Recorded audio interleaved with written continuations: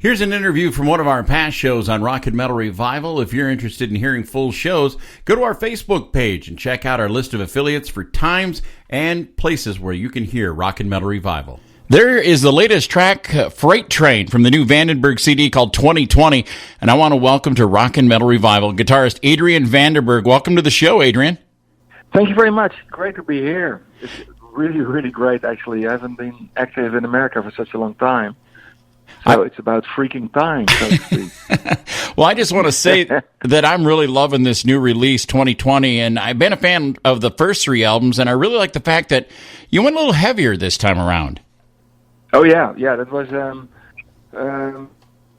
basically, intentionally, actually. I don't know if you were aware of the three Vandenberg's Moon Kings albums I've been making over the last couple of years, and those were basically heavy blues rock albums, and at one point I felt a serious urge to dig deeper into heavier and faster, louder material, and that was like a natural direction that I felt I needed to take. So also because with all the Moon Kings show that I've done in the past 4 or 5 years, live it was a lot heavier than it always ended up on the album.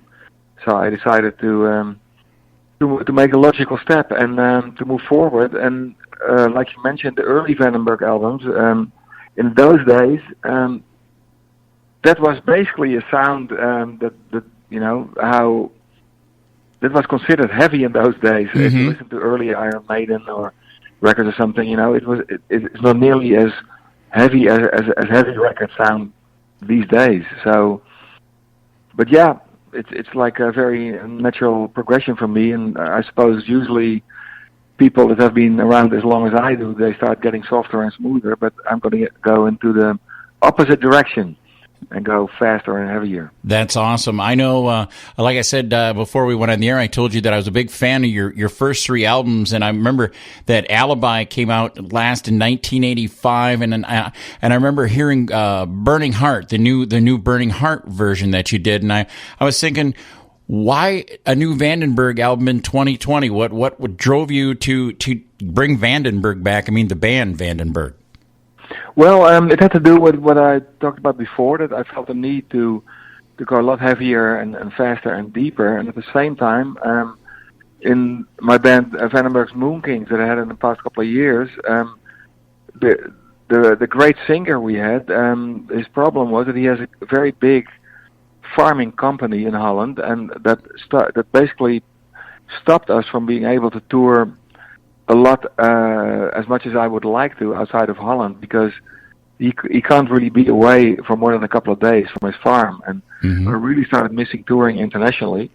So that put together with the fact that I wanted to go heavier made sense to start up something new. And when my manager suggested, why don't you call it Vandenberg again, instead of once again coming up with a new name like I've done so many times in the past, initially I thought, well, I don't want it to give the impression that it's like a nostalgic thing, you know. And when I thought about it, because I promised my manager, well, think about it for a couple of days, you know. And when I thought about it, I thought, well, if I can find an amazing singer and put together an amazing kick-ass lineup, and then work with a name that has a heritage, it would be really great, you know, because then suddenly you've got like 1 + 1 is 3, basically. And then I suddenly got really excited, especially when Ronnie Romero wanted to be involved. That was the icing on the cake for me, you know. And so I immediately started writing the kind of stuff that was like bubbling around in my brain lately, and tailored the songs to Ronnie's capabilities and to get the best out of him, and subsequently get the best out of the songs. You know, I am a huge fan of Ronnie Romero's work, and when I heard him do the version that he did of Burning Heart, I was just totally blown away. How did you and Ronnie become, get together and start working on this project? Well, it was an interesting the way it went. About 5-6 years ago, I read in some magazine that Richie Blackmore wanted to do a bunch of rainbow shows, and I thought, as we know, Ronnie James Dio unfortunately passed away, and he's definitely one of my all-time favorite singers. And I thought, wow, I'm curious who's going to sing that stuff, So I went on YouTube and I saw Ronnie Romero sing his ass off on those songs, and I was blown away. I thought, holy cow, that guy is amazing. I actually wrote him a spontaneous little message at the time saying, well, congratulations with, playing with Blackmore, and I wish you a lot of success. And that was it. And I immediately got a mail back saying, thanks very much. I'm a big fan of your work. And the reason he started singing was because of the Starkers in Tokyo acoustic record that David Coverdale and I did together years ago. Okay. That was the reason why Ronnie started singing. So that immediately gave us a connection. So when I started thinking about putting a kick-ass lineup together, the first voice that popped into mind was Ronnie, and I sent him a message asking if he would be interested in talking about it, and he said, yeah, please, So I flew to Madrid out of Holland, and we talked about it, and everything basically fell together. I went back home and wrote the songs and the lyrics, and flew back to Madrid again to record demos. And then before we knew it, we were in a studio in LA recording the album. So everything went pretty natural, actually. That's outstanding. And now who fills out the lineup for this version of Vandenberg? Well, on 2 tracks, my good friends Rudy Sarzo plays bass, and Brian Tichy, the drummer, amazing drummer, and both great players and great friends. They play on 2 tracks as guest musicians. All the other tracks are 2 Dutch guys. The drummer is called Conrad Herfst. He's been voted best rock drummer in the Benelux, which is Belgium, Luxembourg, and Holland, for already 6-7 years ago. And 6 and 7 years straight every year, number one. And I didn't even know him. Wow. Somebody told me that, and I thought I'd better check out this guy. And I was blown away by his playing, so I thought that's the guy. And he reacted immediately that he'd been waiting for years for a situation like this, because he loves touring all over the world too, And the bass player was a tip from a well-known Dutch bass player who teaches at one of the rock academies, and he said, well, I got the guy for you, and it was Randy. And Randy is a 27-year-old guy whose biggest favorite bands are Rainbow, Deep Purple, Whitesnake, and Led Zeppelin, so that turned out perfectly, That fits right in, and I guess the next glowing question would be: is that your touring band? Your rhythm section? If you ever do get to go out with a Vandenberg tour here? Yeah, absolutely. These are the guys in the band, and it's definitely not a project type of thing. Definitely not a one-off. It's definitely a solid band, and we're gonna play all over the world if it's up to us. So as soon as the Corona problems are fading away, hopefully before not too long, like everybody's hoping for, of course, and the concert can happen again. We're going to be on the road as much as we can.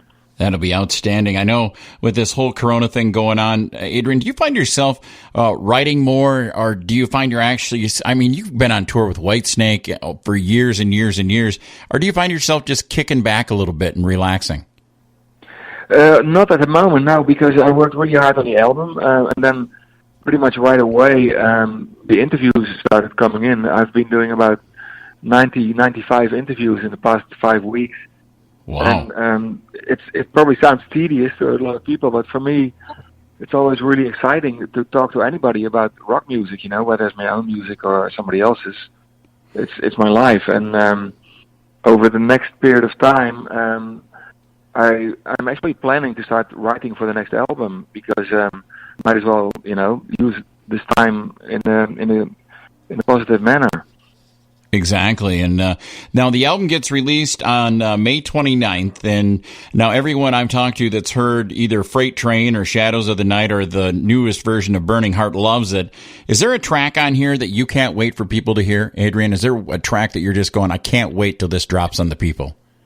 Oh yeah, definitely. Well, there's a couple actually. Tomorrow there's going to be a new track online called Shadows. That's called Skyfall. Okay. And that's one of my favorites on the album. It's one of those epic tracks. It's more than 5 minutes. So it's not, in that respect, not radio friendly, as they call it. Another track that I'm dying for people to hear is a song called Hell and High Water. That's another epic track, actually, and that's one of the tracks where Ronnie's singing is out of this world. I mean, it's really amazing, and yeah, I can't wait for people to hear it. So one more week, the album is out. I am so looking forward to it. Well, which one of them would you like us to play? Because we don't care if it's radio friendly or not. We just want it to rock. Well, as far as I'm concerned, you have the whole album already? Yes, I do. Yeah, well, in that case, Hell and High Water, that's like one of my lifelong tracks that I'm most proud of. That turned out exactly like I was hoping it was going to turn out in my head when I started working on it. Outstanding. Well, Adrian Vandenberg, it has been a pleasure and an honor to have you on Rock and Metal Revival today, and you're welcome back anytime you want to come on the show. Thanks very much. Pleasure. I'd love to.